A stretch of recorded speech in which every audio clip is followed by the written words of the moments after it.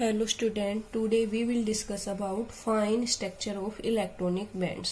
ठीक है, यानी रोटेशनल स्ट्रक्चर पढ़ेंगे किनकी, इलेक्ट्रॉनिक बैंड्स की। ये यूनिट 3 का टॉपिक है वैसे तो, लेकिन ये हम पढ़ रहे हैं ग्रोस स्ट्रक्चर, सेम वैसा ही कंसेप्ट है इसलिए साथ के साथ पढ़ा रही हूँ। वैसे 3rd यूनिट का टॉपिक है ये, ठीक है, और वहां से ये क्वेश्चन आता ही आता है। 3rd यूनिट में आता है ये क्वेश्चन सीधा 12 नंबर का।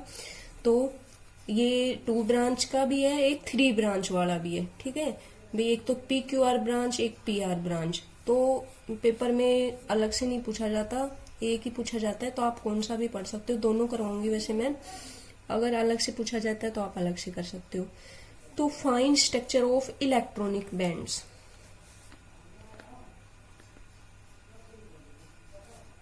फाइन का मतलब रोटेशनल की बात कर रहे हैं।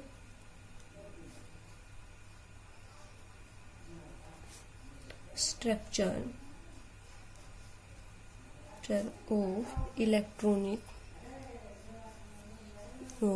Electronic bands.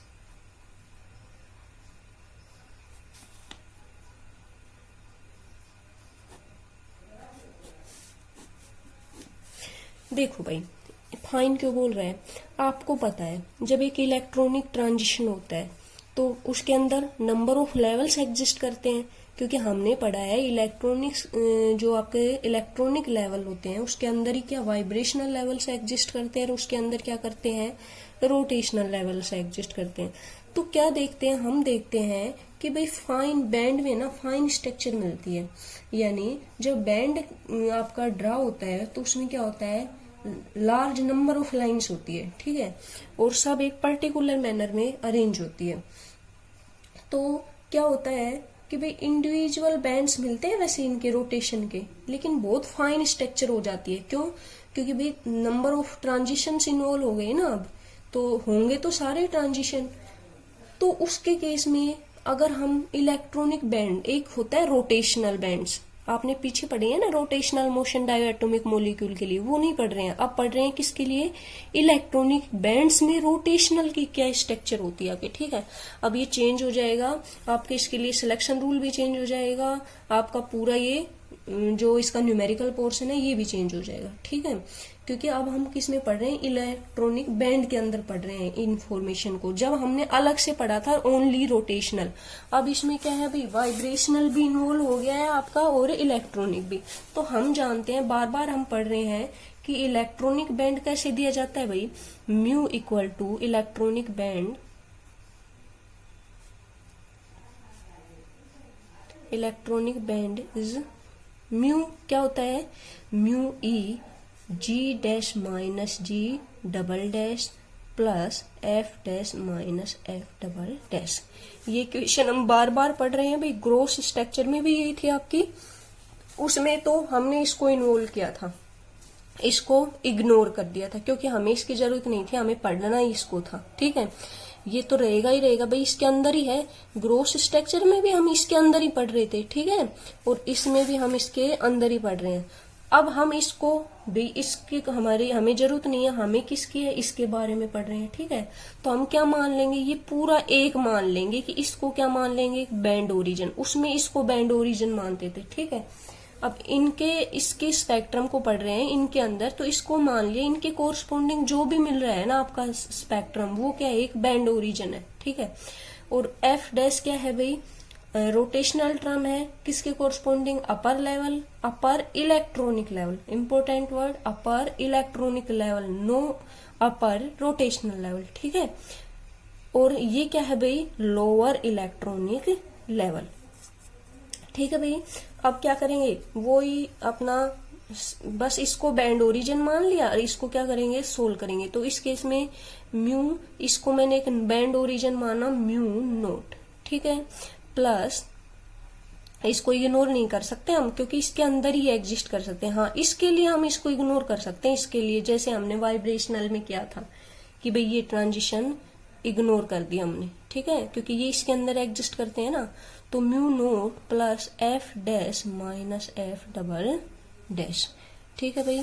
अब देखो mu equal to mu naught plus F dash, वही रिजिड रोटेटर केस में पढ़ा था, क्या होता था भाई, बी जे प्लस वन, लेकिन अब पढ़ेंगे किसमें वाइब्रेशनल भी इन्वॉल्व है, तो क्या पढ़ेंगे B V dash minus B V dash और जे प्लस वन होता था भी J dash plus one minus ये क्या हो जाएगा B V double dash J double dash plus one. ठीक, कंफ्यूज नहीं होना है भी, पीछे भी हमने उसी हिसाब से पढ़े थे ना, उन लेवल्स को कंसीडर करते हुए पढ़ा था। ठीक है, तो ऐसे ही इसमें पढ़ना है। इसमें ये मत सोचना, देखो हमने जब जीवी का पढ़ा था तो वी वाले रखे थे, ठीक है, लेकिन रोटेशनल में पढ़ रहे हैं तो वाइब्रेशनल तो इसके अंदर इन्वॉल्व होंगे, तो इसलिए हम वी वाले भी भाई इसकी मोशन का इफेक्ट होगा ना रोटेशनल वालों पे, किसका वाइब्रेशनल का। ठीक है, इसलिए बी वी डैश लिखा है, बहुत इंपॉर्टेंट है ये, इसके अकॉर्डिंग आपके चेंज हो जाएंगे। ठीक है, अब देखो म्यू इक्वल टू कुछ भी नहीं करना है, अब सिलेक्शन रूल लगा दो। एक बात और देखो, जो आपकी इलेक्ट्रॉनिक ट्रांजिशन है ना, उनको हम अलग स्टेट से रिप्रेजेंट कर रहे हैं। ठीक है, ये अभी आपके सिलेबस में आया नहीं है ना, ये सेकंड सेमेस्टर में था, लेकिन अगर अलग से वीडियो बना के मैं डाल दूंगी। देखो जो इलेक्ट्रॉनिक स्टेट है ना, इनकी भी फॉर्मेशन होती है आपकी। ठीक है, इसमें जैसे समेशन, सिग्मा, पाई वगैरह ऐसे इनके नाम होते हैं। ठीक है, तो मैं अलग से वीडियो बना के डाल दूंगी, तुम्हें समझ में आ जाएगा, सिलेबस में नहीं है। तो हम इसमें एक इलेक्ट्रॉनिक ट्रांजिशन ले रहे हैं, और कौन सी स्टेट्स के अंदर, इन स्टेट्स के अंदर। ठीक है, अब ये क्या है, ये है इलेक्ट्रॉनिक ट्रांजिशन को रिप्रेजेंट कर रही है। ठीक है, ये किसको, इलेक्ट्रॉनिक स्टेट्स को बताती हैं। जैसे वाइब्रेशनल होती है ना, ऐसे इलेक्ट्रॉनिक स्टेट्स को हम ऐसे रिप्रेजेंट करते हैं। ठीक है, ये अगर आप देखना चाहो तो राजकुमार की बुक में दिया हुआ है, वहां दिखाई हुई है कि स्टेट्स कैसे फॉर्म होती है इलेक्ट्रॉनिक, तो आप वहां से भी देख सकते हो। अभी फिलहाल तुम ये ध्यान रखो कि ये क्या होती है, इलेक्ट्रॉनिक स्टेट्स को रिप्रेजेंट करती है। ठीक है, इसके लिए सिलेक्शन रूल क्या होते हैं भाई, देखो सिलेक्शन रूल होता है इलेक्ट्रॉनिक ट्रांजिशन में, रिजिड रोटेटर नहीं पढ़ रहे हैं हम, इलेक्ट्रॉनिक के अंदर पढ़ रहे हैं रोटेशनल, तो डेल जी क्या होता है इस केस में प्लस माइनस वन। ठीक है, ये क्या होता है सिलेक्शन रूल। ठीक है, अब देखो इसमें अब हम डेल जे क्या होना चाहिए भाई, J dash minus J double dash क्या होना चाहिए प्लस वन होना चाहिए, या del J dash minus J double dash क्या होना चाहिए माइनस वन। ठीक है, इसके कोरस्पोंडिंग जो लाइन मिलती है ना इस सिलेक्शन रूल के, उनको तो कहते हैं आर ब्रांच। ठीक है, और इस सिलेक्शन रूल के कोरस्पोंडिंग जो लाइन मिलती है उनको कहते हैं पी ब्रांच। ठीक है, सिलेक्शन रूल के अकॉर्डिंग। अब आर ब्रांच और पी ब्रांच निकाल सकते हैं हम आराम से। क्या, देखो आर ब्रांच में क्या होना चाहिए, J dash minus J double dash क्या होना चाहिए प्लस वन, या जे डैश क्या होना चाहिए आपका जे डबल डैश प्लस वन। ठीक है, इसकी क्या रख देंगे हम, वैल्यू रख देंगे इक्वेशन नंबर 2 में। इक्वेशन नंबर 2 में ये नई इक्वेशन मान ली थी ना हमने, अब इसकी वैल्यू रख दो। तो जे डैश की जगह में क्या रखना है भाई, जे डैश प्लस वन। तो वैल्यू रखोगे तो म्यू आर ब्रांच फॉर्म होगी इस केसेस में, तो क्या हो जाएगा mu naught plus B V dash J double dash plus one J double dash plus two minus B V double dash J double dash plus one. ठीक है भाई, इसको क्या कर लेंगे, सोल्व कर लेंगे। म्यू आर क्या हो जाएगा आपका, mu naught plus B V dash J double dash का square plus one plus two plus J double dash. ठीक है, और ये हो गया भाई, और प्लस टू हो गया J double square J double dash हो गया टू जे डबल डैश। ठीक है, minus B V double dash J double dash का square plus J double dash.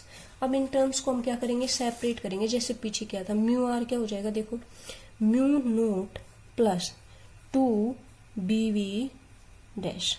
ठीक है भाई, प्लस अब क्या करूं, इन टर्म्स को सेपरेट करो। ये 3 हो गया ना, जे और 2, 3 जे डबल डैश के टर्म्स को सेपरेट करो तो क्या हो जाएगा 3 बी वी डैश। ठीक है, और यहां से minus B V double dash और जे डबल डैश कॉमन। ठीक है। यहाँ क्या बचेगा भाई, जे डबल डैश वाले में देखो प्लस ये बी वी डबल डैश और माइनस, डबल डैश नहीं single dash, minus B V double dash J double dash का स्क्वायर। ठीक है भाई, इसको क्या कर दिया है, कुछ भी नहीं किया है, जे वाली को एक जगह लिख दिया है, जे डबल डैश वाली यानी जे डबल डैश और जे डबल डैश स्क्वायर, और विदाउट जे डबल डैश वाली को हमने क्या कर दिया है, सेपरेट कर दिया है। ठीक है, और यहाँ से ये इक्वेशन आई है म्यू आर, इम्पोर्टेंट है, इसको लिखना है। आप एग्जाम में सीधे भी याद रख सकते हो निकालने के बजाय। तो यहाँ से हमने इक्वेशन निकाल दी, ये काम आएगी आगे, अभी मैं रिपीट नहीं करूंगी क्योंकि स्पेक्ट्रम बनाऊंगी जब दोबारा लिखूंगी। ठीक है, ये वैल्यू रख दी मैंने, सही है भाई, आप इसको देख लेना। ये अगर कोई वर्ड्स नहीं दिख रहे हो तो आप खुद से भी सोल्व कर सकते हो। जे डैश की जगह में क्या रखना है, जे डैश प्लस 1 रखना है। ठीक है, पी ब्रांच निकालेंगे, पी ब्रांच, तो इसमें क्या रखेंगे आप, J dash equal to J double dash minus 1 रखेंगे। ठीक है, तो म्यू आपकी क्या थी, mu naught plus B V dash J dash plus 1 minus B V double dash J double dash plus 1, इसकी जगह रख दो value, mu equal to mu naught plus B V dash J double dash minus 1 J double dash minus 1 plus 1 cancel, minus B V double dash J double dash plus 1। Solve कर लो इसको, mu equal to क्या हो जाएगा आपका, mu naught plus B V dash J double dash square minus J double dash minus B V double dash J double dash का square plus जे